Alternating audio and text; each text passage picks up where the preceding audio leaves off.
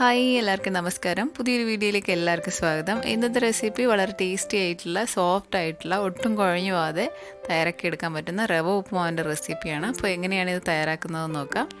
റവ ഉപ്പുമാവ് തയ്യാറാക്കാനായിട്ട് ആദ്യം തന്നെ ഒരു പാൻ വെച്ച് കൊടുക്കുക. അതിലേക്ക് 1 കപ്പ് റവ ചേർത്ത് കൊടുക്കാം. ഇപ്പോൾ നമുക്ക് മിക്കവാറും കടകളിൽ നിന്നൊക്കെ ഇപ്പം മേടിക്കാൻ കിട്ടുന്ന എല്ലാം റോസ്റ്റഡ് ആയിട്ടുള്ള റവയാണ്. എന്നാൽ കൂടി നമ്മൾ കുറച്ച് നേരം ഡ്രൈ റോസ്റ്റ് ചെയ്തെടുക്കുമ്പോൾ കുറച്ചുകൂടെ നല്ലതായിരിക്കും. ഒരു 2-3 മിനിറ്റ് മീഡിയം ടു ലോ ഫ്ലെയിമിലിട്ട് നന്നായിട്ട് റോസ്റ്റ് ചെയ്തെടുക്കാം. അപ്പോൾ നമുക്ക് വേണമെന്നുണ്ടെങ്കിൽ ഇതിനകത്തിലേക്ക് കുറച്ച് നെയ്യ് ചേർത്തിട്ടും റോസ്റ്റ് ചെയ്തെടുക്കാം. അപ്പം അങ്ങനെ ടേസ്റ്റ് ഇഷ്ടമുള്ളവർക്ക് അങ്ങനെയും ചെയ്തെടുക്കാം. ഞാനിപ്പം വെറുതെ റോസ്റ്റ് ചെയ്തെടുക്കുകയാണ് ചെയ്തത്.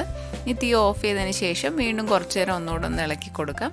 കാരണം ആ പാനിന് ചൂടുള്ളത് കൊണ്ട് തന്നെ ചിലപ്പോൾ അടി കിടക്കുന്ന റവയൊക്കെ ചിലപ്പോൾ കരിഞ്ഞു പോകാൻ ചാൻസ് ഉണ്ട്. അതുകൊണ്ട് തന്നെ തീ ഓഫ് ചെയ്തതിന് ശേഷം കുറച്ച് നേരം കൂടെ ഒന്ന് ഇളക്കി കൊടുക്കാം.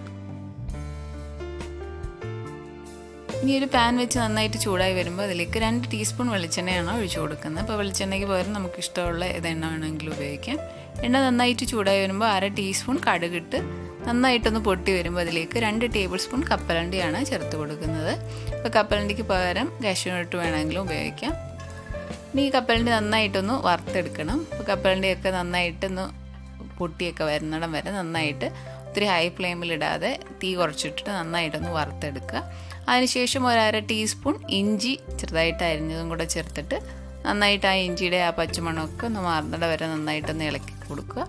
അതിനുശേഷം അതിൻ്റെ അകത്തിലേക്ക് 2 മീഡിയം സൈസ് സവാള ചെറുതായിട്ട് അരിഞ്ഞതാണ് ചേർത്ത് കൊടുക്കുന്നത്. അതിൻ്റെ കൂടെ തന്നെ 2 പച്ചമുളകും കുറച്ച് കറിവേപ്പിലയും കൂടെ ചേർത്തിട്ട് ഈ സവാള നന്നായിട്ടൊന്ന് വഴറ്റിയെടുക്കണം. അപ്പോൾ ഒത്തിരി കളറൊന്നും മാറേണ്ട ആവശ്യമില്ല, നന്നായിട്ടൊന്ന് വഴണ്ട് വന്നാൽ മതി. അതുവരെ നന്നായിട്ടൊന്ന് ഇളക്കി കൊടുക്കാം. ഇപ്പോൾ സവാളയൊക്കെ നന്നായിട്ട് വഴണ്ട് വന്നിട്ടുണ്ട്. ഇനി ഇതിൻ്റെ അകത്തിലേക്ക് ഒരു മീഡിയം സൈസ് ക്യാരറ്റ് ചെറുതായിട്ട് അരിഞ്ഞതും കൂടെ ചേർത്ത് കൊടുക്കാം. അപ്പോൾ നമുക്ക് ഇഷ്ടമുള്ള വെജിറ്റബിളൊക്കെ ചേർക്കാം. ബീൻസ് ചേർക്കാം, ഗ്രീൻ പീസ് ചേർത്ത് കൊടുക്കാം, ക്യാബേജ് ഇതൊക്കെ ചേർത്ത് കൊടുക്കാം. ഇനി ക്യാരറ്റും കൂടെ ചേർത്ത് ഒരു 2 മിനിറ്റ് കൂടെ നന്നായിട്ട് ഒന്നുകൂടെ വഴറ്റിയെടുക്കാം. അപ്പോൾ ക്യാരറ്റ് കൂടെ ചേർത്തിട്ട് നന്നായിട്ട് ഒന്നുകൂടെ ഒന്ന് വഴറ്റിയെടുത്തിട്ടുണ്ട്. ഇനി ഇതിൻ്റെ അകത്തിലേക്ക് നമുക്ക് വെള്ളം ഒഴിച്ചു കൊടുക്കാം. അപ്പോൾ നമ്മൾ 1 കപ്പ് റവയാണ് എടുത്തത്, അതിന് 1.5 കപ്പ് വെള്ളമാണ് ഒഴിച്ചു കൊടുക്കുന്നത്. ഇനി ഇതിൻ്റെ അകത്തിലേക്ക് ഒരു 1/2 ടീസ്പൂൺ ഉപ്പും കൂടെ ചേർത്ത് കൊടുക്കാം. ഉപ്പും കൂടെ ചേർത്തിട്ട് നന്നായിട്ട് ഒന്നുകൂടെ മിക്സ് ചെയ്യാം. അതിനുശേഷം ഈ വെള്ളം നന്നായിട്ടൊന്ന് തിളപ്പിച്ചെടുക്കണം. ഇപ്പോൾ വെള്ളം നന്നായിട്ട് തിളച്ച് വന്നിട്ടുണ്ട്. ഇതിൻ്റെ അകത്തിലേക്ക് നമ്മൾ റോസ്റ്റ് ചെയ്ത് വെച്ചിരിക്കുന്ന റവ ചേർത്ത് കൊടുക്കാം.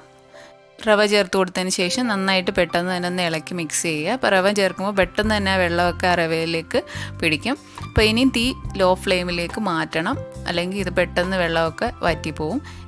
ഇനി തീ ലോ ഫ്ലെയിമിലേക്ക് ആക്കിയിട്ട് അടച്ചു വെച്ചിട്ട് ഇതൊന്ന് കുക്ക് ചെയ്യണം. ഒരു 2 മുതൽ 3 മിനിറ്റ് വരെ ഇതൊന്ന് അടച്ചു വെച്ചിട്ട് കുക്ക് ചെയ്യാം. അതിനുശേഷം നമുക്ക് തീ ഓഫ് ചെയ്ത് കൊടുക്കാം. തീ ഓഫ് ചെയ്തതിന് ശേഷം വീണ്ടും ഒരു 3 മിനിറ്റ് ഇതൊന്ന് അടച്ചു വെച്ചിട്ട് അങ്ങനെ വെച്ചേക്കുക. ഒരു 3 മിനിറ്റ് നമ്മൾ തീ ഓഫ് ചെയ്തതിന് ശേഷം തുറന്നിട്ട് നന്നായിട്ടൊന്ന് ഇളക്കി കൊടുക്കുക. ഇളക്കി അതിനകത്തിലെ കട്ടകളൊക്കെ ഉണ്ടെങ്കിൽ നന്നായിട്ടൊന്ന് ഇളക്കി ഇതുപോലെ കട്ടയൊക്കെ ഒന്ന് ഉടച്ചു കൊടുക്കുക.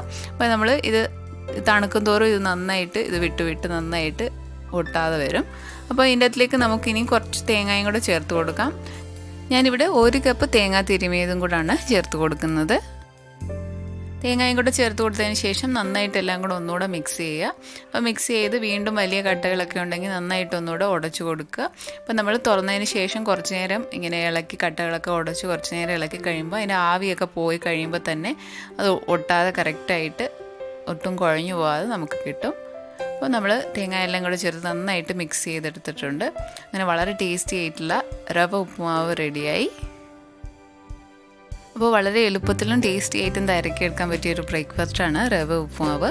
അപ്പം ഇതുവരെ ട്രൈ ചെയ്ത് നോക്കിയിട്ട് ശരിയാകാത്തവരുണ്ടെങ്കിൽ ട്രൈ ചെയ്ത് നോക്കുക. അപ്പോൾ നിങ്ങൾക്ക് വീഡിയോ ഇഷ്ടപ്പെട്ടാൽ ശരണ്യാസ് റെസിപ്പി ചാനൽ സബ്സ്ക്രൈബ് ചെയ്യുക. പുതിയൊരു നല്ല റെസിപ്പി ആയിട്ട് കാണാം. താങ്ക്